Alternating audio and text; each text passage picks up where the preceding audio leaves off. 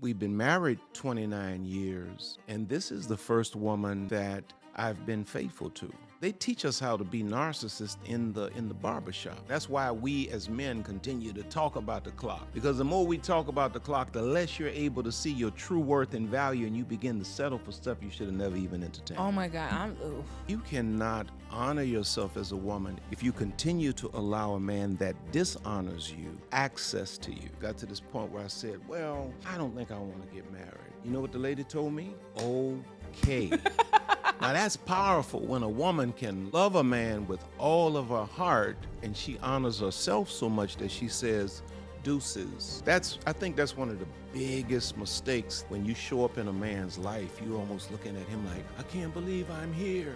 Months later, I heard she had a new boyfriend, big league baseball player. I ain't calling no name. yeah. Just made my nerves bad. I had never had a woman like that before. You're praying for God to send you this amazing man. You ain't the one you're looking for is gonna be looking for. What do you think is like the common thread across the lines with so many women that desire marriage? They are finding themselves hitting a wall. The most powerful move a woman can make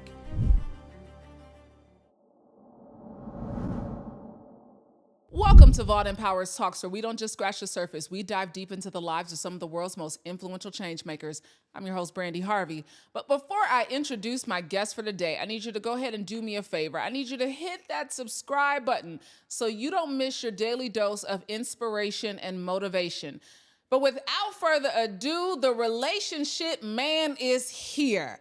Here we go. R.C. Blakes Jr. is a pastor, preacher, and teacher that has a unique and passionate desire to see people liberated in their thinking. Pastor Blakes is the pastor of the New Home Family Worship Center of Louisiana and Texas. He is the author of several books, including Queenology, Imperfectly Holy, Soul Ties, and his most popular, The Father-Daughter Talk, which is more than a book. It is a national movement. Pastor Blakes is a spiritual father to many and has attracted thousands to his YouTube videos. His channel offers sound dating advice and encourages healthy, loving, long-lasting male and female relationships. Pastor Blakes believes that transformation happens in conversation. Vaught Empowers Talks welcome husband, father, grandfather, pastor, author, and healthy relationship advocate, Pastor R.C. Blakes Jr. to the show.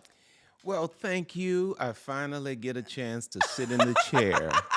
Yes, you do, and you looking good. You clean over there. Thank you. You know, I've heard so much about how amazing you are, and the time that we've been here, I got a chance to see why people love you so much. Thank you so much, Pastor. I just did my pastoral dump. I just sat sat in his chair for a minute to dump before we started this interview. So thank you so much for joining me today. You have really become the go-to voice in relationships, over 850,000 YouTube subscribers of what you built over the years of teaching people how to create better relationships. Yeah, and that was not by design, you know, because I really just started talking from a pastoral heart, from a place of transparency. And I really started kind of just talking out of my own personal mistakes and hiccups in life. And it seemed to resonate with people, you know.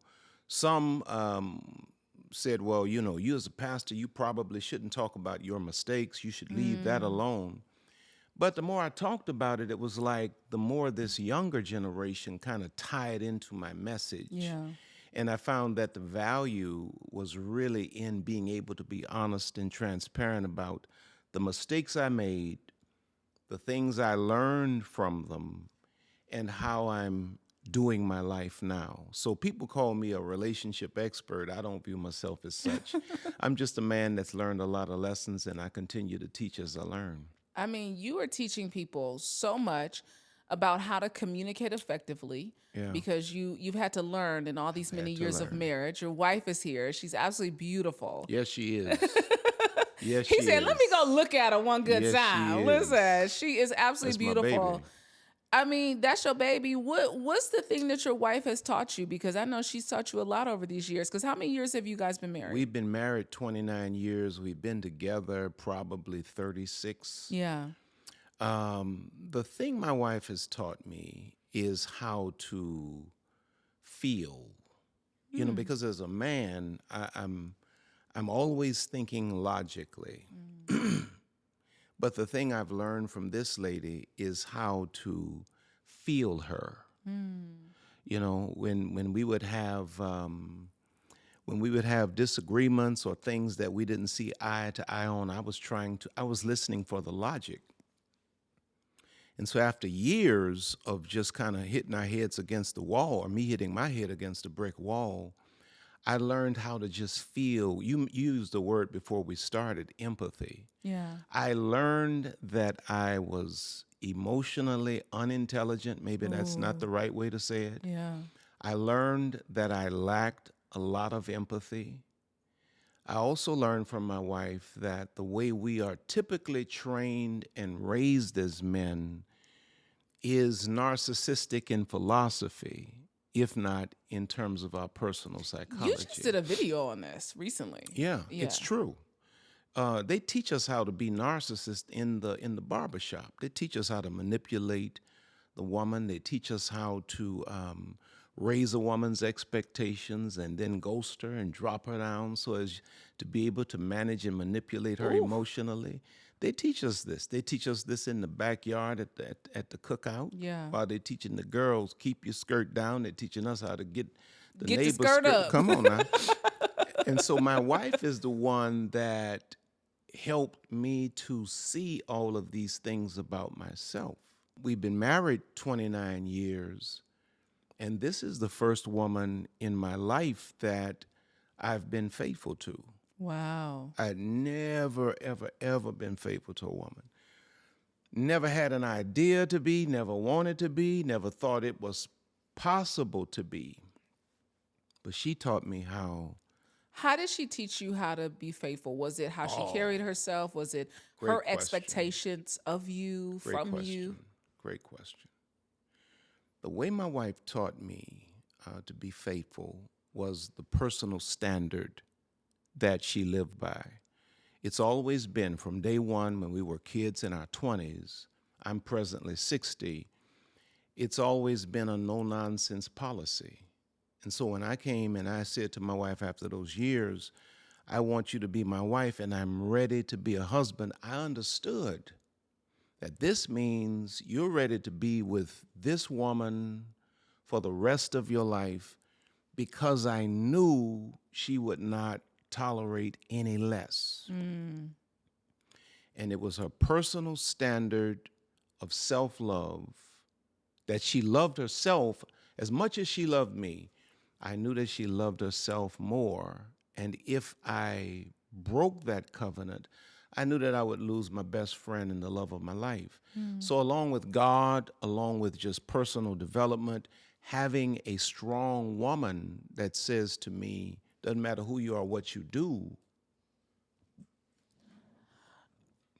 that helped me. I mean, you said that if a woman would just match the energy of a man, the outcome would be better. Correct. So she matched your energy. She matched my energy. And a lot of times when I make that statement, people think I'm saying, well, if a man gets into the gutter, you go to the gutter with him. If he cheats, you cheat. Of course, that's not what I'm talking about. But when a man is not harmonizing with you, you remove yourself. That's really the move I'm talking about. If a man is not harmonizing with your feminine soul and spirit, if a man is proving to be toxic and unhealthy for you, if a man is hurting you, the most powerful move a woman can make is to separate herself from that scenario. And when I say separate yourself, I mean separate yourself in a place or to a place where he has no access to you. I feel like I heard this, Pastor Blake. You've heard it. I You think know I know how I who your heard- dad is. Yeah, definitely him. But you know who I heard it from? One of your spiritual daughters, Which one? Dr. Carrie Turner. Oh yeah. Yeah. Well. Well, don't make me reveal no secrets. You don't have to. She is going to be joining us on the show in the new year. But I mean, you teach this to women of how they need to remove themselves. And I mean, that's a part of honoring the love that they have for themselves, though. You see, you cannot honor yourself as a woman if you continue to allow a man that dishonors you access to you. When a woman puts herself in a position where she says, here are the boundaries, and she honors those boundaries, a real man has to wake up, stand up, take note, and, she taught me all that. Yeah, she taught you all that Because she had a standard for herself. Because she had a standard. I had never met a woman let me just kind of can I give you a little bit of our story? Yeah, please do. Well, we had been dating, and so I got to this point where I said, we've been dating 5-6 years, and I got to this point where I said, well, I don't think I want to get married. I think it's best for you to move on. You told her this. I told her this. Mm-hmm. I think it's best for you to move on. And you know what the lady told me? Okay. She on the sidelines, y'all doing this. Okay. She said, She said, I'm telling you, this was before we had all of the podcasts and all of the empowerment speakers. The young woman told me, okay. Okay. She didn't say, okay, why? No. She didn't say, okay, what can I change? She didn't say, okay, can we work on it? She said, okay. And she left out of that scene. I didn't hear from her. She didn't call. She didn't come around. Months later, I heard she had a new boyfriend. You was in your feelings. I was in my feelings because her new boyfriend was like a big league baseball player. I ain't calling no name. Yeah. But he was on wipe him down. He was... Well, see, you just made my nerves bad. You just made my nerves bad. Why would you go and bring my nerves to that? I almost cussed right here. I got to gather myself now. No, you didn't make my nerves. You made my nerves bad. He wasn't all that. Okay, no, he wasn't a little scrub. He was a scrub. Yeah. But she moved on. Mm-hmm. She said. She moved on. For real. Because she fly now. Yeah, she fly. She fly. She bad. She bad. Yeah. She pretty, all the things. She dressed down, honey. I got him way over my head. And this just a Tuesday. Yeah, this just a Tuesday. And so I had never had a woman like that before. And see, every great man has to have that kind of woman by his side. See, I think that's one of the biggest mistakes that women make is when you allow yourself to sit in this neediness and you don't understand your personal value and what you bring to a man. And when you show up in a man's life, you almost looking at him like, I can't believe I'm here. When a woman understands who she is and when a woman understands the value that she brings into a man's life, the way you view yourself is the way that man is going to view you. Your self-reflection becomes a mirror for that man. And when she, as a young woman in her 20s, had that kind of self-respect and self-love, I had to really see her then. Yeah. And so after that year and a half, by the time I came back, she had been dating this other guy, and I was clear now. Because sometimes a man needs, distance to get clarity. Yeah. I came back, I said, you are my wife. Now, I didn't know what she was going to say because here I was a little overweight, broke preacher, and she was a multimillionaire, big league baseball player. I won't call no names. You don't need your nerves bad. Yeah, we my nerves are already bad. That. We done already got past it. But, and she said, yeah, I want to be your wife. So, okay. Now you ready to pull her on the stage now. Like, you know what? We should have had her sitting up here to tell this story. Listen, that means we got a part 2 coming, okay? That means we got a part 2. So she really did match your energy. She matched your energy. She said, you know what? Cool. You not cool? Me either. Goodbye. And that's the energy that you're talking about, which Absolutely. really makes a man either step up and put his chips and cards on the table or walk away. Correct. Yeah. Yeah. And I learned later that she was always still in love with me. Now that's powerful when a woman can love a man with all of her heart and that man dishonor her and she honors herself so much that she says deuces. Yeah. You know what I mean? Yeah. Yeah. And when I come back, I'm like, well, in the natural, financially, physically, I don't match where you at now, you know? But she said, yeah, Yeah. I'm coming home and we're going to build. So, yeah, that lady, I grew up under that lady's care. Yeah. Under that lady's care, you grew Under up. that lady's care. Yeah. Under her care, though, what has been the thing that has driven you to take the idea of relationships to another level? Great question. I got some. Great. I got them in the bag. Everybody tells me that you are like the best interviewer. And then when you come in person, you're like, oh, Yeah, it was I get not. it. It was not hype. I It was get kind it. of like It's a not thing. hype. It's not hype. The thing that I think pulled me into the relationship space based on, our history is that, looking over our 3 decades of being together, I realized how I've participated in breaking this woman unintentionally. Whoa. And so initially, when I started talking relationships, I was talking from the perspective of a father to daughters. So I would teach women, okay, this is what you got to watch this, you got to stop doing this, you got to stop doing that. And then I realized that there were a lot of men, even though my messages were directed to women, there were a lot of men that were watching my videos and gleaning and saying, "Hey, man, it's resonating with me," because a lot of times we as men, we don't know how we've been conditioned to break you as women, and so I think that's the thing that really drives it. I want to teach the lessons that I've learned about authentic masculinity versus what we're taught.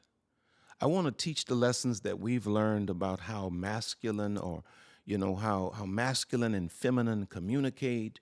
I want to teach the lessons that we've learned about submitting one to the other. That's a big issue in the church. Woman submit to the man. Yeah. The reality is you don't have a healthy relationship until you have men and women submitting one to another. So I want everybody to experience what I'm experiencing. But what was the experience of the breaking? You said you participated in the breaking of her. In what way? Give me one reason. I mean, one aspect. She was trying to communicate her needs, and based on what I had learned about men, we don't get emotional. What I was taught about manhood, we don't get emotional. Here's another big one. When a woman's always trying to talk to you, she's trying to control you and manipulate you. I didn't realize then that when your woman is constantly trying to talk to you, that there's something that's hurting in her that you have to fix. When a woman is done with you, she stops talking to you. And so, I participated in a lot of that toxic masculinity type behavior, making certain that I'm the man of my house and, not receiving her. The Bible says, I'm a preacher, and the Bible says that he'll give us wives to help us, but then being so egotistical, not being able to receive the help because I got to prove I'm the man. You know what I'm saying? So there's a lot of stuff that we've been conditioned towards that is preventing things that are preventing us from having healthy relationships as men. And so those are some of the things, because she fought to try to just get me to see her perspective And now as I look back on it, the lady wasn't doing nothing but trying to help me. Yeah. And now I'm a product of her, her being in my life and her helping care. me. Yeah. You said her care. Yeah, her care. Her love For and real. care. For real. What was it that was the shift? Was there, you guys were in counseling? Did you all go to some sort of, did you all have like a relation advisor? Like, what were you all doing? You have great questions. You have great questions. The shift happened when we were in that breakup. The reason I said to her, I don't think I want to get married from the very beginning is because I was in this spiritual evolution. You know what I mean? I was the son of a very famous pastor. Yeah. I had grown up in the church. I was a young preacher myself at the time, living that exact life I just got through describing. Never faithful, just multiple women and all of that. And so there was this point in my personal life as a man that God showed me this amazing future where I would really touch lives authentically. And I got excited about this vision, but then God said to me, but I can't bring you there with you living like you're living here. And so from that point, I started really reaching for God. I wanted to align my life. I wanted to be what I preached about. You know what I mean? Yeah. I wanted to live this life in a way that I am in the dark what I look like under the lights on the stage. Yeah. And that was my quest. And so when I said to her, I don't think I want to get married, I literally thought that I would just be like a celibate preacher for the rest of my life, just dedicated to ministry. Really? Really, really, really. Did you believe that? I really believed that. Oh, wow. It was my mother that later said to me, boy, you ain't designed to be you ain't designed to be out here without no woman, boy. Go get Lisa. That's your wife, you know? But so your mom told you to go get her? My mom told me, Lisa's your wife. And then I went back and I asked God, I said, well, is Lisa my wife? And God said, yeah, she's your wife. But to answer your question, it was my personal spiritual evolution as a man. It was like God had to get me to a place of authenticity, purity, and clarity before I would deserve what this lady brought into my life. Yeah. You know, and that's what started us on our journey. That's when I came back and said, I want you to be my wife, because I knew I was ready to be a husband now. Yeah, you were ready to be a husband. I was ready to be a husband. So you sparked something, because most people, we look at these pastors where they are in whether large or small ministries, and there is so much that is put on the pastor to be. Correct. Right? Correct. You the shepherd, you the healer, you lay hands, you the prayer warrior, the lawyer, you the doctor, you all the things, right? And so this spiritual evolution that you went on, when you look at other pastors who are younger, or in the space with you, are many of them going through that evolution, and that parishioners really need to start giving a little more grace to the evolution of the pastor? I have a lot of grace for young pastors. Now, I don't have a lot of tolerance for old. You ought to be at a certain age. You need to have gotten your stuff together. You know what I'm saying? But young pastors, I understand because young pastors are human. Yeah. These are human beings. Yeah. And so, I think that parishioners should, but at the same time, provide some sense of accountability. Yeah. You know what I mean? Don't just let me run wild.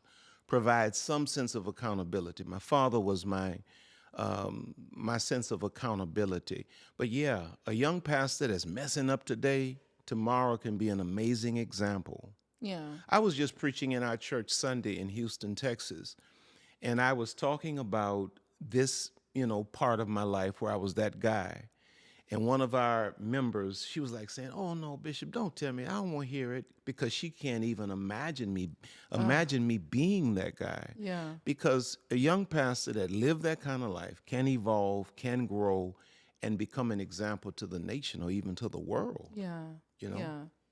I think that just, because there is so much, it's such a heavy burden. It is. It's so much responsibility that you carry as a pastor. And I think oftentimes, even when we look at things when they happen in social media with certain well-known pastors or all the things that are going on, we just don't extend them the grace that I feel like should be extended. But we want them to have grace for us when we all mess the up. time. You know? Yeah. See, the same grace that the pastor has to have for the congregation. See, I got to cover you when you cheat on your wife, when you cheat on your husband. I got to cover you when you in jail. I got to get you out of jail, and I got to try to keep it quiet and bond you out. But then the moment I have a human moment, you want to get with the, the mob, and you want to say crucify. Yeah. Because you want me to be perfect. I'm not perfect. I'm just a pastor.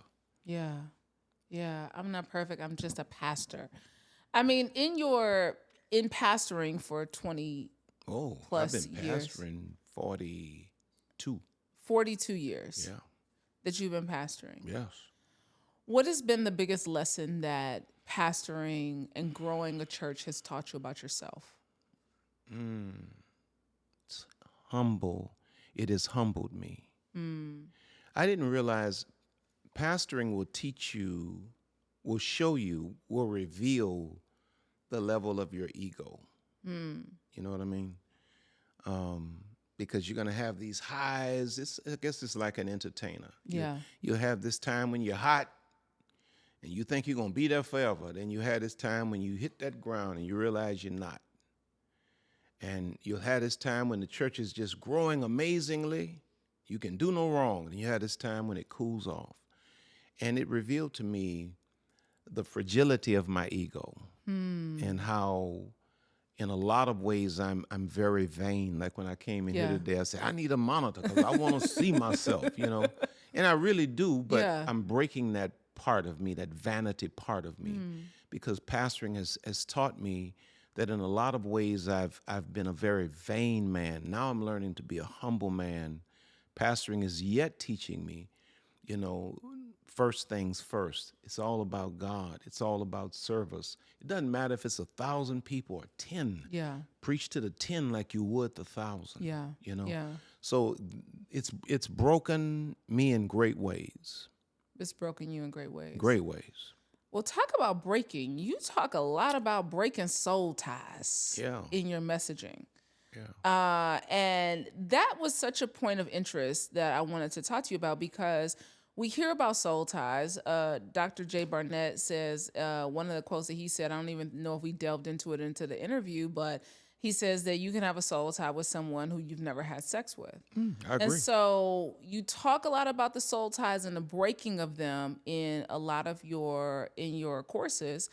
What is the common thread with soul ties that you're seeing? And then what is a soul tie first? Well, a soul tie, some will say, oh, that's not in the Bible. And it is not. The term is not in the Bible. The concept is. The Bible talks about how if a man or a woman, if a man lays down with a harlot or a woman lays down with a whoremonger, there's almost like this demonic marriage between you and that person sexually. You become one with that individual. I kind of want to laugh right now because in my mind, Pastor, I'm just thinking. But anyway, go ahead. I'm here. You didn't want to finish? You didn't want Child, a demonic marriage. A demonic marriage. Yes, sir. It's some demons out here. For real. Yeah. STDs, sexually transmitted demons. Yeah. You hadn't heard that one? Sexually transmitted demons? Sexually transmitted demons. No, but I think I've encountered one. Yeah, absolutely.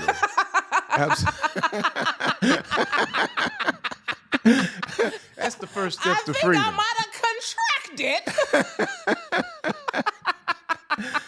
a sexually transmitted demon, and you know who you are. So anyway, go on, Pastor. So there's this connection made, that we think we can just, this is the hookup culture age. Yeah. And we think we can just hook up with people and there are no repercussions. And the reality is, in a lot of instances, when you get out of their bed, they never leave your head. And so you have a lot of women in particularly that buy into this idea that I can sleep around. It doesn't matter. I can be nasty like men. And I'll have no problems. And then they go from not understanding that the feminine soul is different. The feminine spirit is different than a man's. It's much more sensitive.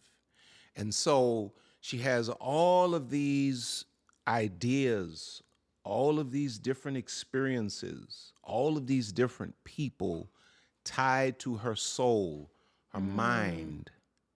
And so watch this, when she meets the man that is her ordained husband, and I've seen this over and over again in the work we do, she can't even relate to him intimately or romantically because of all of the ideas and all of the experiences that are running through her mind. So the sex that she's had is clouding her judgment for what's in front of her. The sex, the personalities, the voices, the memories, the sense, the different sexual experiences that reshape, her soul relative to what is pleasurable, all of those things. So that same thing you don't believe can be said about men?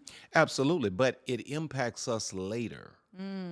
See, I didn't realize when I was doing all of that running around with all of these women, well, the community told me, you the man. Yeah. You the man. You got all these chicks, you the man. It wasn't until I got to a point in my life where I got tired of that and I realized I wanted to move in the direction of settling down with one ordained woman that I realized my history was now challenging my destiny. I then realized it was a problem in my mind because just like the woman, I have all of these ideas of what I need, what I desire, what I want. Yeah. And so I'm bringing all of this stuff into a new. This is why you have men who fall on their knees and cry and sob and say to a woman, "I love you, I love you." But at the same time, he just got out of the bed with so and so, and the wife is like, "How you love me and you just got out of bed?" Soul ties. See, he didn't realize it in the beginning, but later when it's time for you to grow up and be a man and be a stand-up guy and be able to, stand on your square, that's when we realize the repercussions of it. Okay, so when you talk to women and men and they are trying to break a soul tie, what is the first thing that you tell them to do? The first thing that I tell anybody to do when you're seeking to break a soul tie is to really discover God for yourself. Now I know, that means different things to different people. I'm wise enough and I'm sophisticated enough to respect that. For me, Jesus Christ. When God delivered me from the spirit of lust and all of these other things that are attached to that kind of lifestyle, I went into my little apartment and I thought I was going to just pray for, a few minutes. It turned into 2.5 days that I lay on my face in the presence of God, and I had a spiritual encounter with God unlike anything I had ever experienced before. And it was the power of God that literally broke the strength of all of those things that were holding me in bondage. So this is you're in your apartment for 2 days, not even thinking that you would be there for 2 days. Not even thinking I would be there for 2 days. But you were just prostrate on the floor. Like, what is this? What does this look like? Laying on the floor. I had at that time I had a little cassette tape recorder.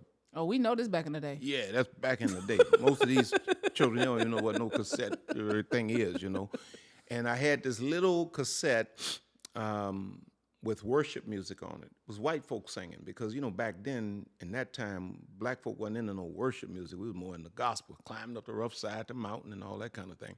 But this was like worship music where, the strings and they singing to God. And I knew something was different about it.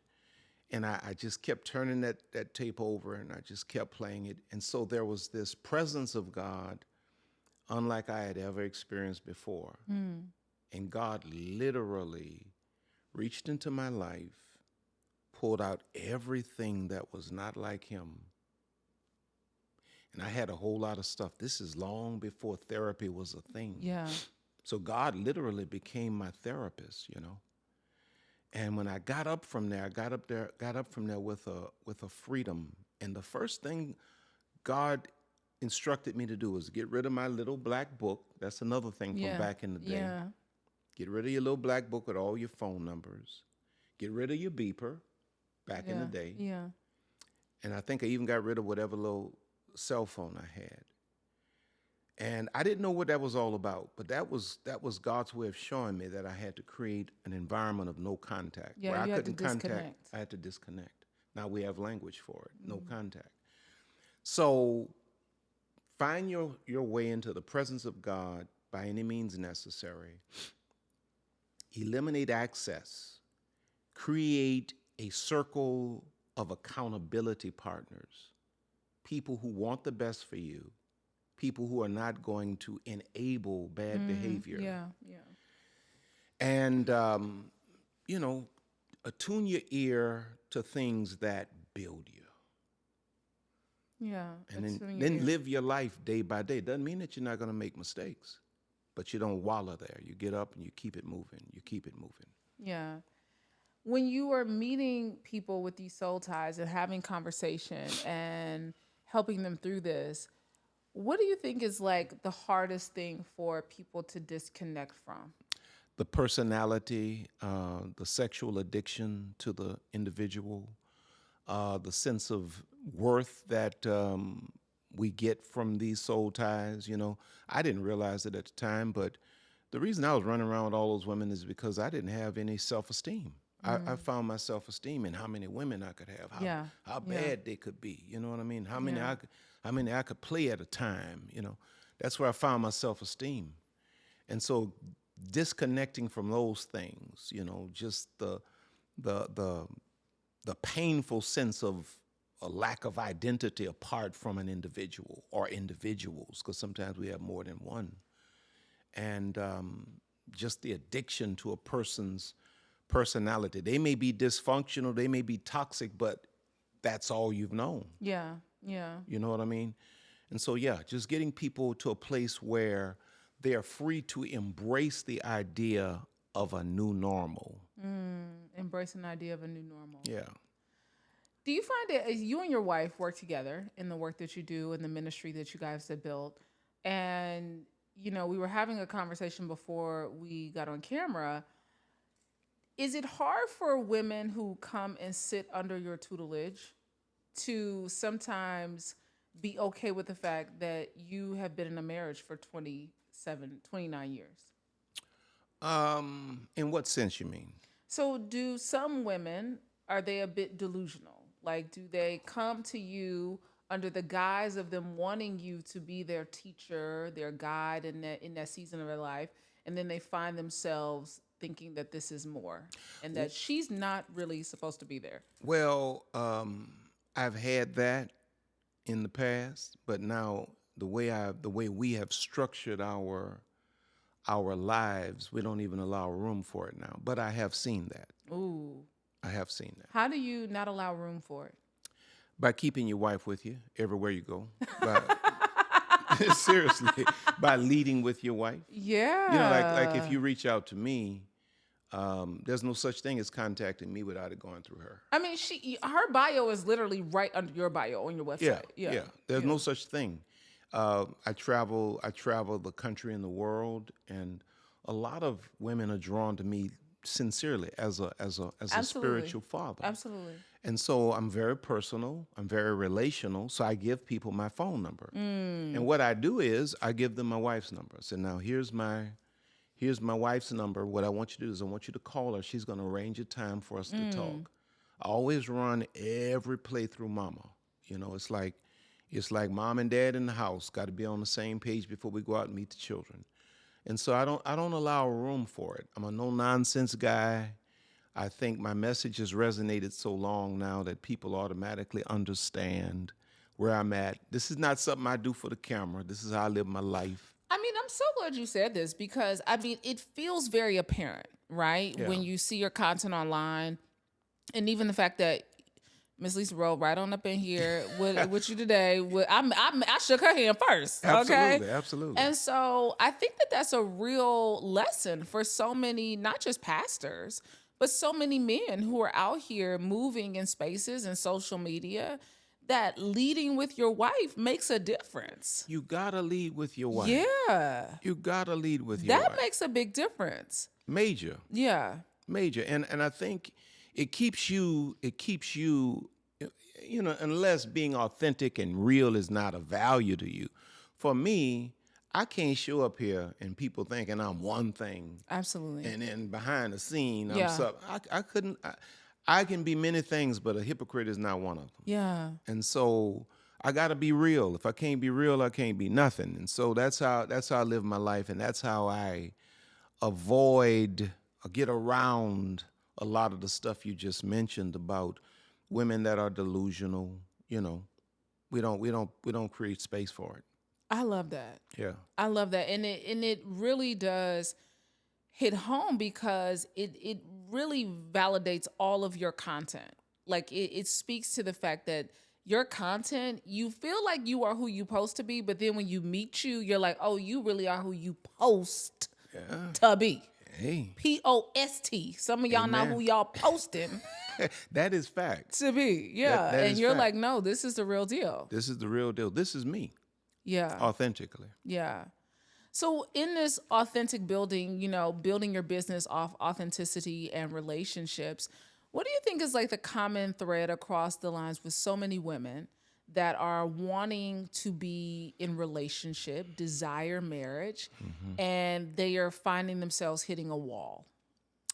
I think as a way it was said, I'm trying to remember how it was said. I can't pull the language up, but I'll give you the gist of it. I think we've made an idol of relationships. You know what I mean? Yeah. People see Lisa and I and say, relationship goals. And I'm like, chill on that. Yeah. You don't idolize relationships. Relationships are a lot of work. Yeah. And it's really the reason many women are hitting the wall, a brick wall, is because you put the idea of we before you finish the concept of me. And there is no we Yeah. until you finish me. Yeah. Relationships are Yeah. not designed for a woman that you're not ready for a relationship if you half done in terms of your vision, your personal care, your mental well-being, your financial stability, your spiritual stature.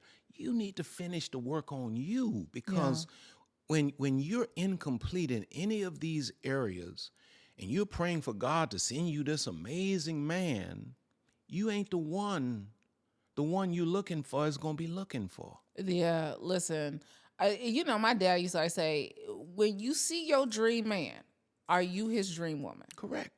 And it's so many factors, and you can go down the rabbit hole on that, right? Correct. All the things, whether it's, we talk about the vanity of it, the looks and the aesthetics, we could talk about finances, we could talk about, one of the ladies we just had on the show, she wanted this man, and she said she was intimidated by him. She really couldn't even have an intelligent conversation with him. And so it leads me to say, what I gather from what you teach is you got to work on you first. You got to work on you. And here's my thing. You got to learn how to be completely happy and fulfilled by yourself. Oh, that's so hard for so many people. It's mandatory, though. Yeah. Because if you're not happy and if you're not fulfilled, it means that you're entering into the idea of this relationship with the mindset that this person is going to give me what I've not been able to produce for myself. Yeah. And nobody can give you that. Yeah.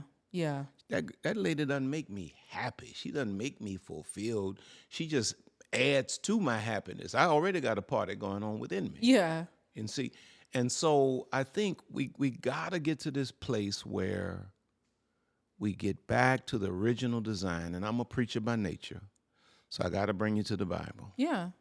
You go to the book of Genesis, there's a reason God creates Adam by himself. Now, when God created the cows, he created male and female, eagles, male and female, dogs, male and female. When he got down to man, the crown of his creation, he created Adam by himself. And then after Adam learned individuality, after Adam learned purpose, learned to walk with God, learned to be happy, perfectly content and fulfilled by himself and with his God, then God said, "No, it's not good for you to be alone. Yeah. I got somebody for you Yeah. too." And then God puts him to sleep, pulls out a rib, and creates woman, and then he brings the two together. Yeah. I think the lessons in that Yeah. are we have to embrace individuality before we embrace the concept of union. We got to learn to be fulfilled in God and in purpose. We need to be content in individuality before we commit to a union. Correct. Oof. Correct. Oh. So you recently did a post that you said the problem is sometimes women force relationships with men. So how do women force relationships with men? I know I'm gonna get in trouble on this. No, we love trouble. Well, it's just too many women that are chasing. Yeah. You know, you're chasing. And the problem with chasing men is that a masculine man by nature does everything he possibly can to avoid hurting a feminine woman. So when a woman or hurting a woman, period. So when a woman is chasing a man, trying to force something to be, a man doesn't know how to say to you, chill out. Chill. Back up. Leave me alone. And so if he halfway likes you, he'll entertain you, and he won't have language for you pushing up on me too hard. I don't want to go as far as you want to go. And then what happens is he eventually ghosts you, or you call it ghosting. It's just his only way of knowing how to get away from you. All because you didn't sit in your role. Okay. Didn't sit in the role. What is one thing, because some people say, well, I don't chase. And there's some of y'all out here, I already know. You're like, he not talking about me. And he talking about you. Yeah. So how are women, give me one example of how a woman can chase a man. You calling too much. See, like there's an etiquette. See, like if I meet, okay, I'll give you, she and I have been married 29 years. I told you we've been together about 35, 36. Yeah. I still call her more than she called me. Yeah. I still call her more than she calls me. Some of y'all, you meet the man, you blowing the man phone up every day. Every day, 2 and 3 and 4 times a day. You don't realize it. You chasing. The man say, I want to go out with you. I'd like to pick you up, bring you out. And there you are, you creating the next date at the present date. Let the man play the man's role, because it don't take a lot to scare a man off. It doesn't take a lot to scare a man off. It does not take a lot to scare a man off, because a man is naturally afraid of the concept of commitment, because the last thing we want to do is to hurt a woman. So if you just constantly pushing, and you don't let the man move at his pace. And watch this. If the man is on a 6, you as a queen conscious woman should be on a 4. On a 4. Yeah. If he moves to a 7, you may stay at 4, you may move to 5. Always follow the lead of the man in terms of developing the relationship. Don't get out ahead of him. Don't let the man be on a 5 and you way up here at 10. I ain't chasing. What you mean you're not chasing? I got 15 calls today. Oh, Lord, now, please, y'all. What you call it? Please, y'all. Y'all have got to stop calling these people like that. You got to stop calling these people like that. But it's so many modes of communication these days, Reverend. Now, they got the DM. The DM. You got the tweet. You got the text. You got calling. you got Snapchat, you got LinkedIn, you got Facebook Messenger, you got all the things, you got TikTok. So many women might feel, well, I didn't call him, but you in the DMs. You all over the man's DMs. You liking pictures. You liking everything the man got. Come on now. You ain't got nothing to do. That is the thing in many of the conversations I have with so many men. They want women who have something to do. You need something to do. Yeah, you need some motion. Because what's going on is you're giving false impressions of yourself. You're giving the impression that you don't have a life when you do. You just have a lot of insecurities. And you're trying to secure something that you really need to be trusting God to bring into your life. You don't need to run a man down. When a man is for you, he's going to find you at the appropriate time. You just mentioned one of my spiritual daughters, Carrie Turner, right? Dr. Carrie. Right? Miss Carrie, baby. Miss Carrie. Yes. And how many days did she and I have that conversation?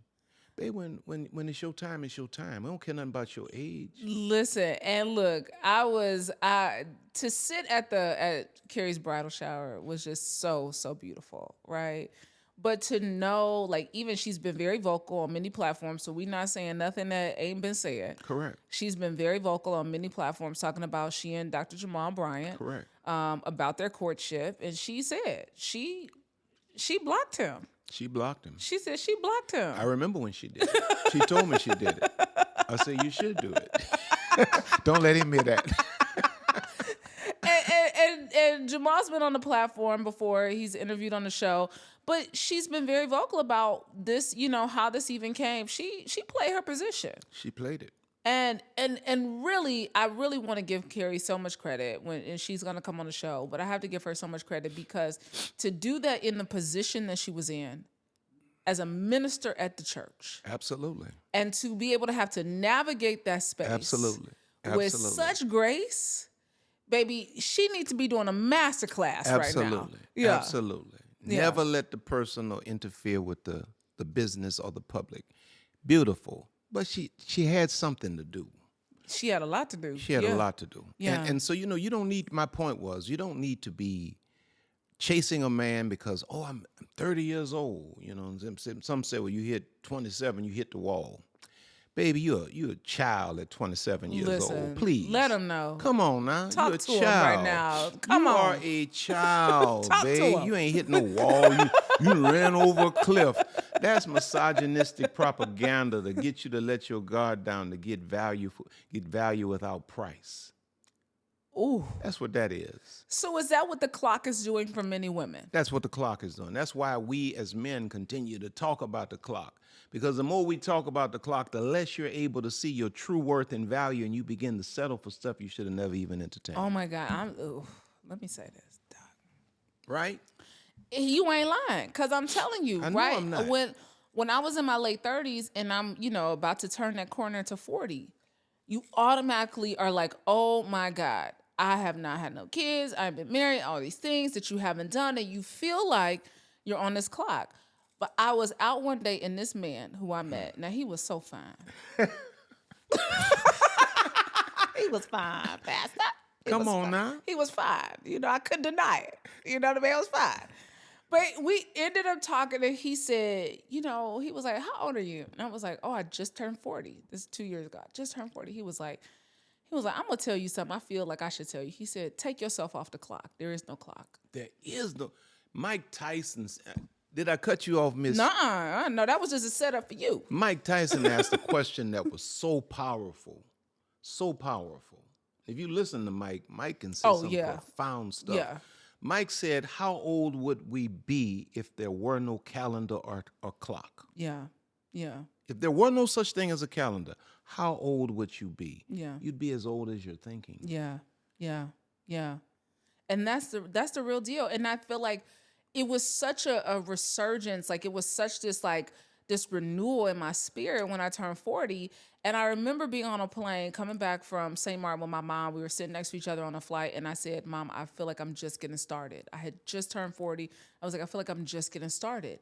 And had I believed that there was a clock, had I Just believed, getting started. I would have settled for a person who I thought, checked all the boxes, right?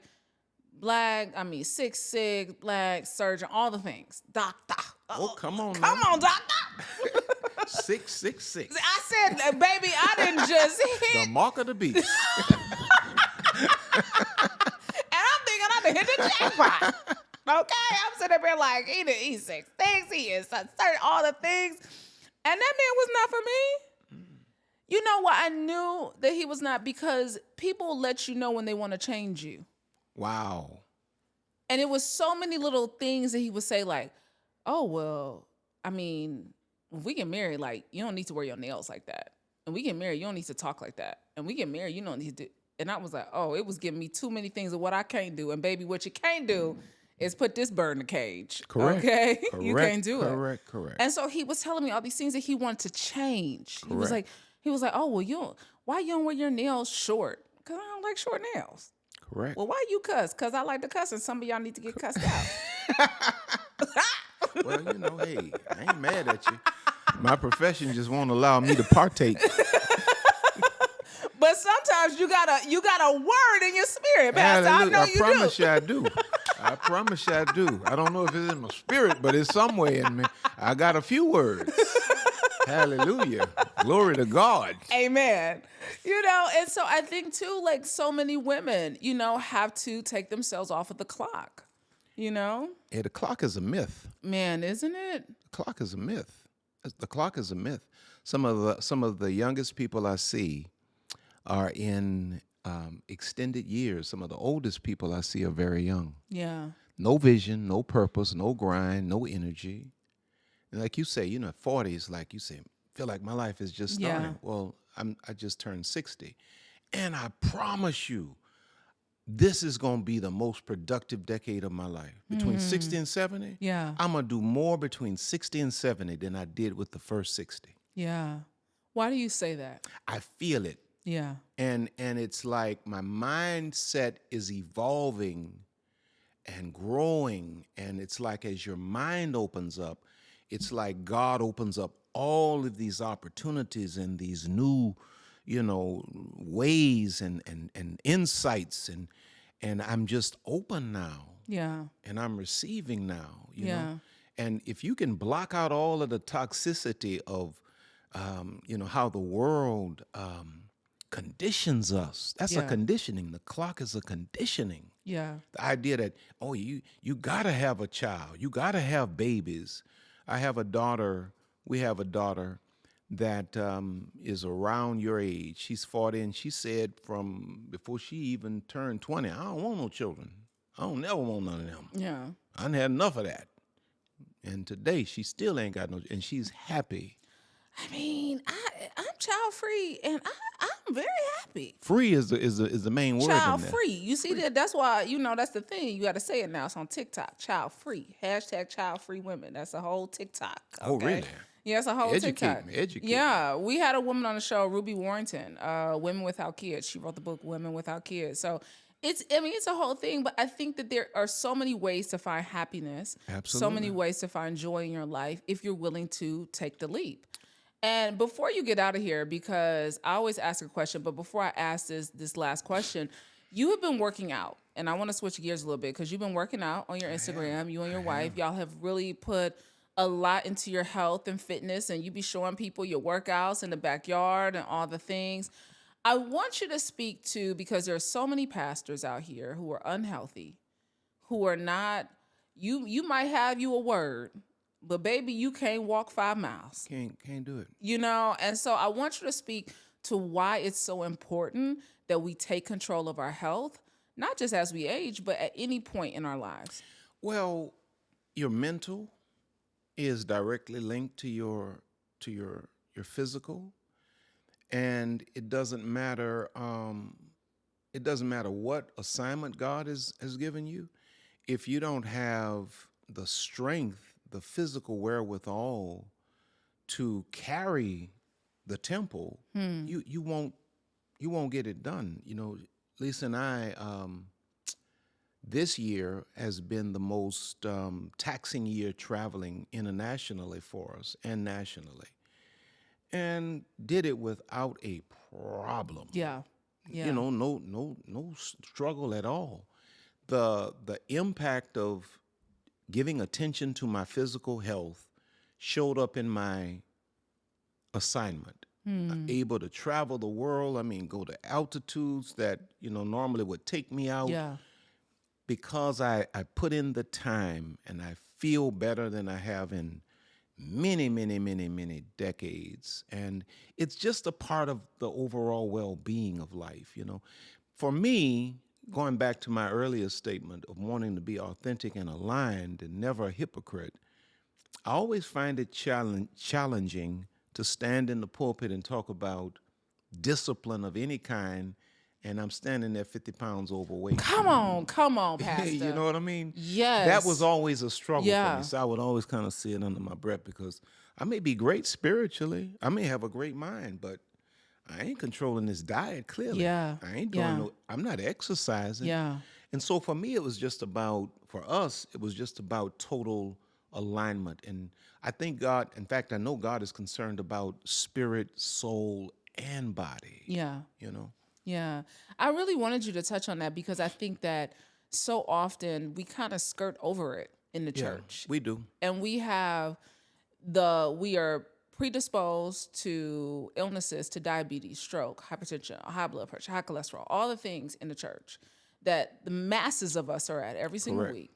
And if we are not talking about why it's important, we can talk about getting in relationships and communicating with each other, with your partner, but are you even going to be here? Correct. Yeah. Well, to your point, just recently, the doctor took me off of 4 different diabetic medicines. Wow. And you know why I needed to get off those medicines? And I think this is something that we don't think about in our community a lot of times.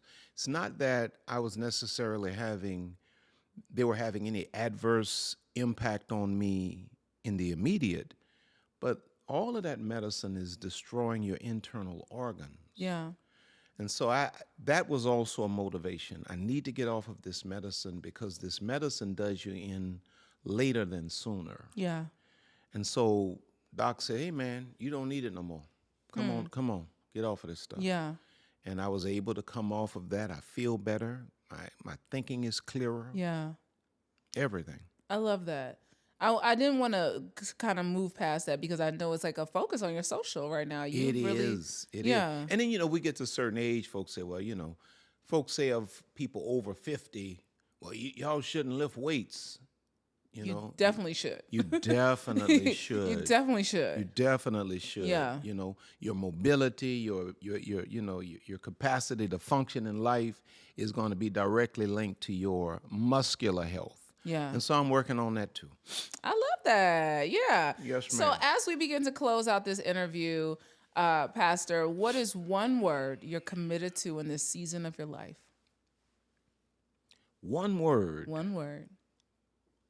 that I'm committed to in this season of my life. Service. Why? Service.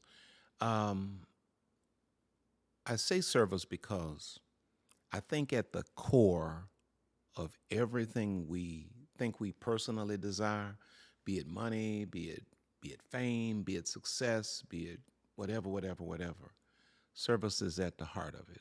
Yeah. I think when we find our point of service to the world, out of that seed blossoms everything else that we think we personally desire. When we bring to the world what the world needs from us, the world then will pour back into us everything we ever imagined. Yeah. So service for me. Pastor Blakes, I have so enjoyed this conversation. Favorite one of the day. Thank you so much for joining me. Service. That's what we're committed to in this season of our lives. Thank you so much for joining us. Another good one on Vault Empowers Talks. Until next time, be sure, though, to send this to somebody who needs to up their relational intelligence and their emotional intelligence in this season of their life. I'm your girl, Brandi Harvey. Eat well. Give a damn. Move your body every single day. Peace.